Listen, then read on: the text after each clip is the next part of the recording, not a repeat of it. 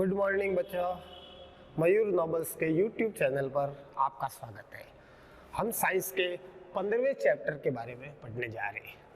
इसमें मैंने आपको कुछ बताया था प्राकृतिक घटनाओं के बारे में, और जिसमें एक घटना तड़ित या विद्युत विसर्जन के बारे में मैं आपको विस्तार से बता चुका हूँ। बादलों में घर्षण होता है, आवेशित हो जाते हैं, और उस आवेशित होने के कारण जब आवेशों की मात्रा बादलों के अंदर बहुत अधिक मात्रा में हो जाती है तो विपरीत आवेशों में आकर्षण के कारण चमकीली धारियां उत्पन्न होती है और तेज गर्जना होती है, जिसे विद्युत विसर्जन या बिजली का गिरना कहते हैं। बिजली के गिरने से बहुत बड़े नुकसान की संभावना रहती है, तो इससे बचाव के तरीके अपनाने चाहिए। तो बिजली तड़ित या विद्युत विसर्जन के समय कौन कौन से स्थान सुरक्षित होते हैं उसके बारे में मैं आपको कल बता चुका हूँ। अब तड़ित या तड़ित झंझा तूफान वाले जब मौसम होते हैं तब हमें कौन से काम करने चाहिए और कौन से काम नहीं करने चाहिए। यदि हम घर के बाहर हैं, बाहर खुले में हैं, तो हमें क्या ध्यान रखना चाहिए।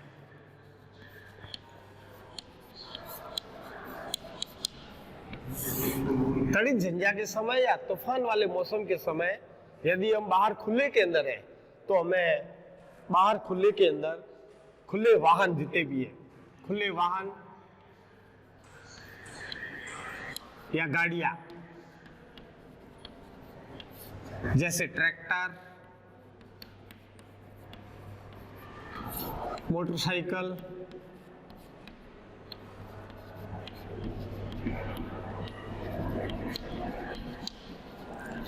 खुली कार,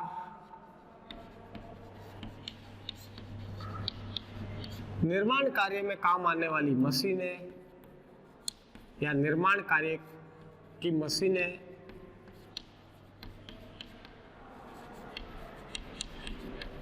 ये तड़ित झंझा के समय हमारे लिए सुरक्षित स्थान नहीं है, तो इनसे हमें दूर रहना चाहिए।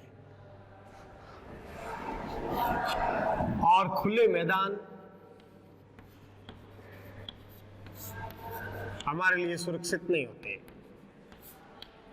ऊंचे स्थान, ऊंचे वृक्ष व ऊंचे स्थान भी हमारे लिए सुरक्षित नहीं होते, तो इनसे हमें दूर रहना चाहिए।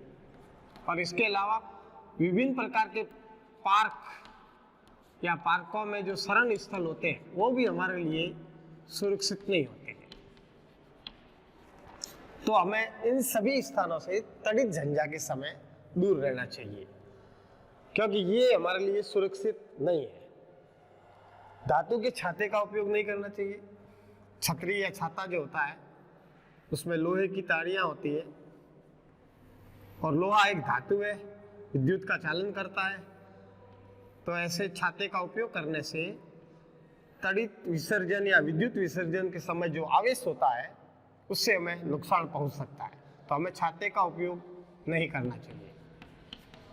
छाते का उपयोग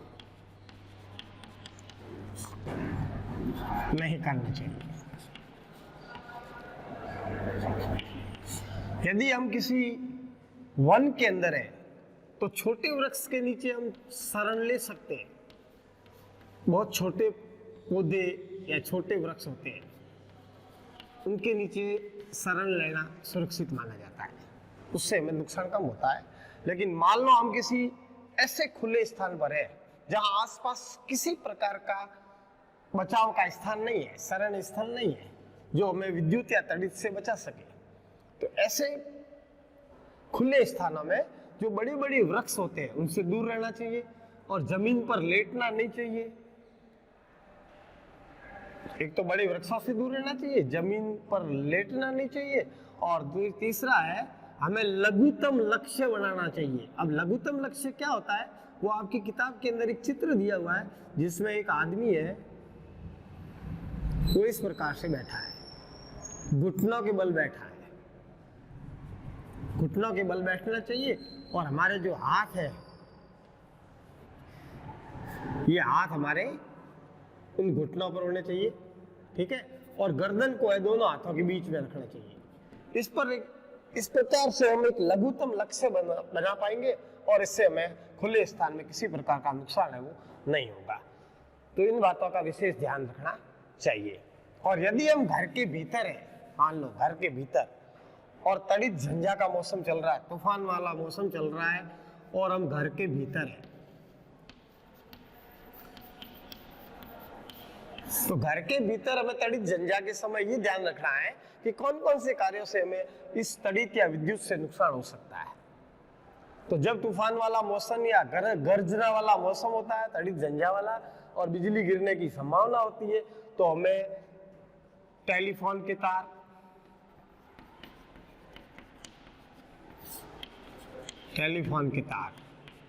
या बिजली के तार, विद्युत के तार या पानी के पाइप, इनसे दूर रहना चाहिए, क्योंकि ये सभी धात्विक पदार्थों से बने होते हैं। तड़ित का मतलब है विद्युत विसर्जन, उसमें आवेश गिरता है और धातुएं उस आवेश की अच्छी चालक होती है, तो वो आवेश इन धातुओं तक पहुंच सकता है और हमें नुकसान पहुंचा सकता है। तो ये हमारे लिए घर में सावधानी रखनी चाहिए कि हमें इनसे दूर रहना चाहिए तड़ित झंझा के समय। और इसके अलावा हम मोबाइल से फोन कर सकते हैं, घर में बैठे बैठे फोन का उपयोग करना हो तो मोबाइल या बिना डोरी वाले फोन का उपयोग कर सकते हैं, बिना डोरी वाले फोन, तो इससे हमें कोई नुकसान नहीं होता है। लेकिन हम किसी ऐसे व्यक्ति को फोन लगा रहे हैं जिसके पास डोरी वाला फोन है या तार वाला फोन है, तो सामने वाले को तड़ित से नुकसान हो सकता है। तो हमें इस बात का विशेष ध्यान रखना है, मोबाइल और बिना डोरी वाले फोन से बात करते समय सामने वाले व्यक्ति के पास ये फोन नहीं होना चाहिए, डोरी वाला बेसिक फोन नहीं होना चाहिए, नहीं तो इससे बिजली या तड़ित से नुकसान पहुंच सकता है। बहते हुए पानी से दूर रहना चाहिए, यानी नहाना नहीं चाहिए तड़ित के समय।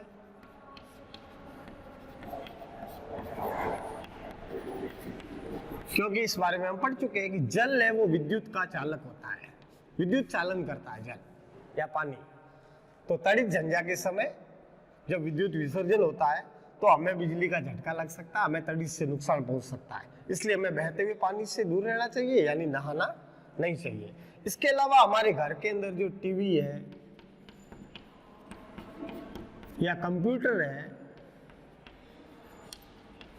टीवी, टेलीविजन या कंप्यूटर, इनके जो सॉकेट प्लग होते हैं, प्लग वो सॉकेट से निकाल लेने चाहिए, क्योंकि इससे नुकसान हो सकता है। और इसके अलावा हम घर में बल्ब और ट्यूबलाइट है वो जला सकते हैं, क्योंकि बल्ब और ट्यूबलाइट जलाने से इस तड़ित से किसी प्रकार का नुकसान नहीं होता है, ये जला सकते हैं।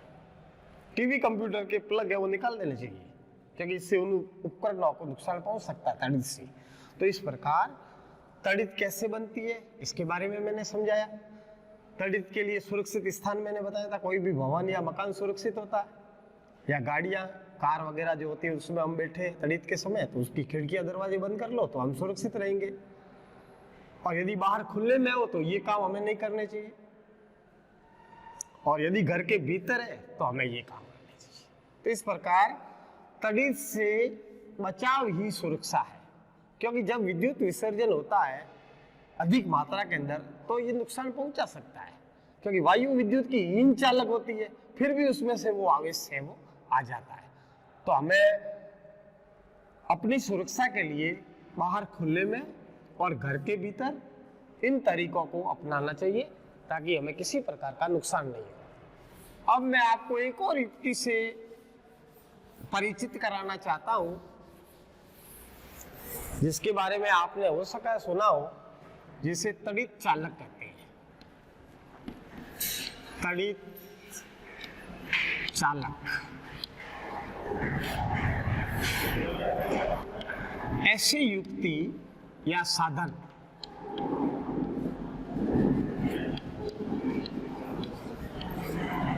जो किसी ऊंची बिल्डिंग या भवन को तड़ित से बचाती है।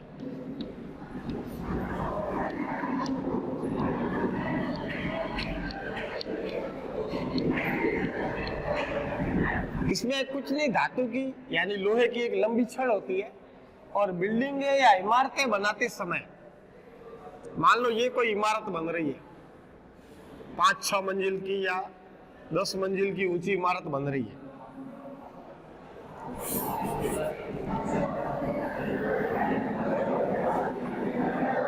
अब इस इमारत की जितनी ऊंचाई होती है उससे थोड़ी अधिक ऊंचाई की एक लोहे की लंबी छड़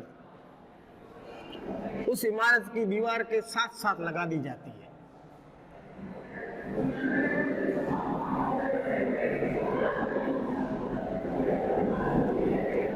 लोहे की या अन्य किसी धातु की छड़ हो सकती है।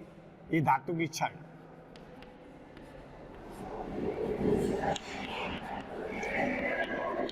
ये छड़ उस बिल्डिंग की ऊंचाई से कुछ अधिक ऊंचाई की लेते और इसको बिल्डिंग की दीवार के अंदर लगा देते हैं। ये बिल्डिंग की विभिन्न मंजिलें होती हैं। उस छड़ का एक सिरा, ऊपरी सिरा है, वो स्वतंत्र सिरा कहलाता है, उसको खुला रखते हैं। ये स्वतंत्र सिरा और उसके दूसरे सिरे को जमीन के अंदर डाल दिया जाता है और जमीन के अंदर उस सिरे का संबंध एक तांबे की प्लेट से कर दिया जाता है। ये तांबे की प्लेट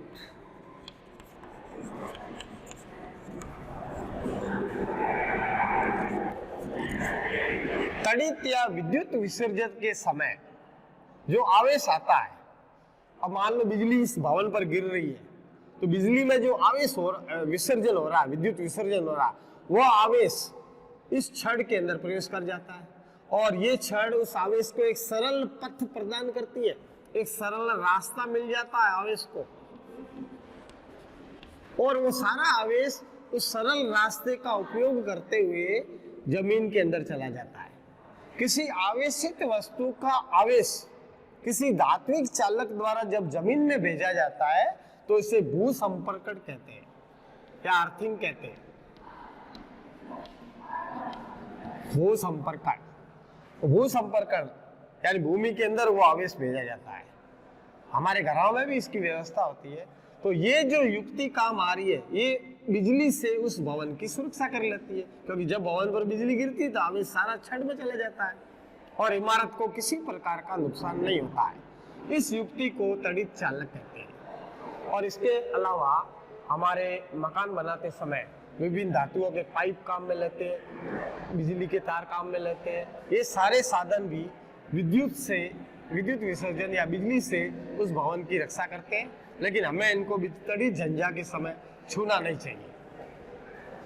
इस प्रकार प्राकृतिक परिघटनाओं के अंतर्गत तड़ित, पवन, चक्रवात, तूफान और भी ऐसी कुछ घटनाएं हैं जिनकी भविष्यवाणी कर सकते हैं, लेकिन एक ऐसी प्राकृतिक परिघटना या आपदा होती है जिसके बारे में हम कोई अनुमान नहीं लगा सकते। उस प्राकृतिक आपदा को कहते हैं भूकंप। भूकंप या अर्थक्वेक के बारे में पहले से कोई भविष्यवाणी निश्चित नहीं होती है।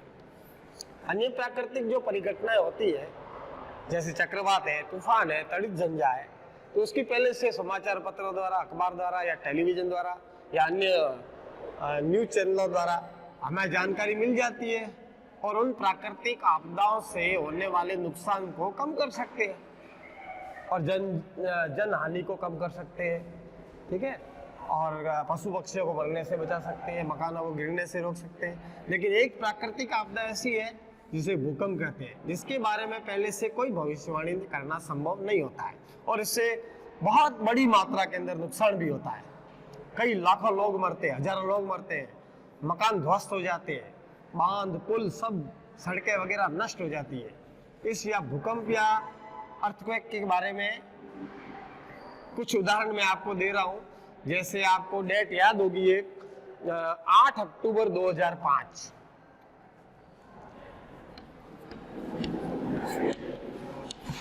उत्तरी कश्मीर, हमारे देश का जो ऊपर वाला भाग है, उत्तरी कश्मीर वाला,